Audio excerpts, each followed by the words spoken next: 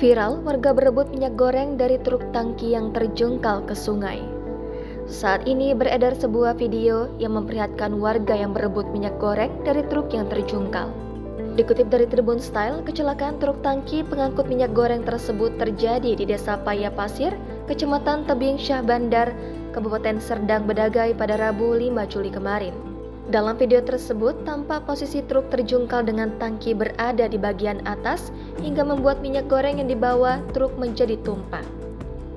Mendapati peristiwa itu, puluhan warga mulai dari kaum ibu, pemuda hingga bapak-bapak terlihat berbondong-bondong mendatangi lokasi kejadian. Mereka terlihat membawa plastik, ember hingga derigen demi menampung tumpahan minyak goreng tersebut.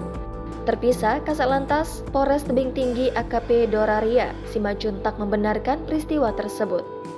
Truk itu kata dia datang dari arah Kabupaten Asahan menuju Medan. Lokasi yang menurun dan berbelok-belok diduga membuat truk tersebut tergelincir. Doraria mengatakan tidak ada korban dalam kecelakaan itu. Sementara itu, sopir truk hanya mengalami luka-luka dan telah dibawa ke Rumah Sakit Cevani.